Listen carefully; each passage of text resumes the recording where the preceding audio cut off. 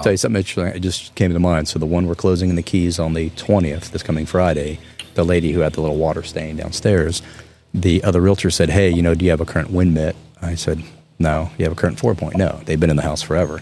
Yeah. They got it done when the inspector went out to see if there was a third nail in the hurricane strap, which goes over the hurricane truss. They couldn't see it. He goes, look, do you mind if we cut a hole in the ceiling in the bedroom so we can access the truss to see if it has a third nail? Right now, they're paying $10,500 a year just for wind insurance in the Keys. The new quote they got was $12,000. He goes, Shane, they can save, I think he said $5,400 by having the third nail. So they I got salvage permission, cut the hole out of the ceiling, took the picture, did the new wind mitt, new 4-point. Their insurance is $5,400 or $5,300 versus $12,000 that the new policy was coming out. That's a $5,000 savings. Yeah. That's a lot of money. That's a bunch of money. Now they have no problem qualifying for the loan because before we were getting to that marginal wind, flood insurance, your hazard insurance. Let's say it was $1,400 a year just insurances. That's not your house payment, your principal and interest. These are things we need to work. So when I called the seller, you know who you are. She was kind of angry, like, well, why didn't my insurance person tell me to do this? I could have saved, $4,000 or $5,000 a year for the last 10 years I've owned my house. So she was a little irritated, and I hesitated to tell her who the insurance company was. What's the same insurance company that she had? Yeah. Because the Keys is smaller. You got to know everybody. I've been in the Keys 55 years, so 54 years.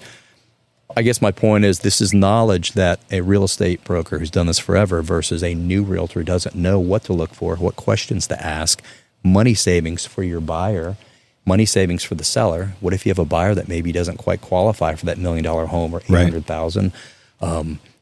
But if you can get the insurances adjusted where they need to be, all of a sudden their LTV, loan to value, is where it needs to be.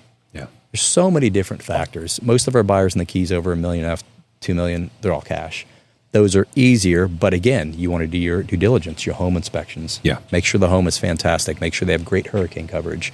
There's just so many variables I can't even tell you to try to explain what I've learned over 33 years, and plus from my grandma, my grandpa being developers, my dad's a contractor in the Keys, my mom, my uncle in the Keys being real estate brokers, like third generation.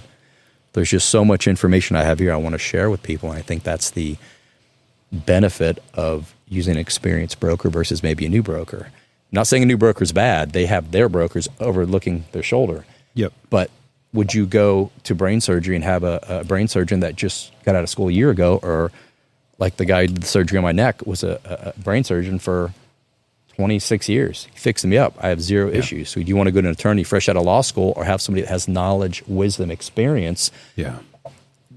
Not that the new guys are bad. They're not. It's just you want the knowledge, wisdom, experience. Doctors, attorneys. Yeah.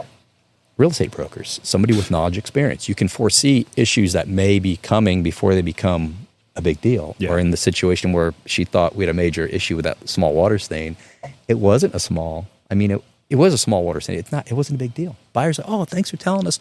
Are you going to fix it? Our guy will be there Monday. That was 2 days ago.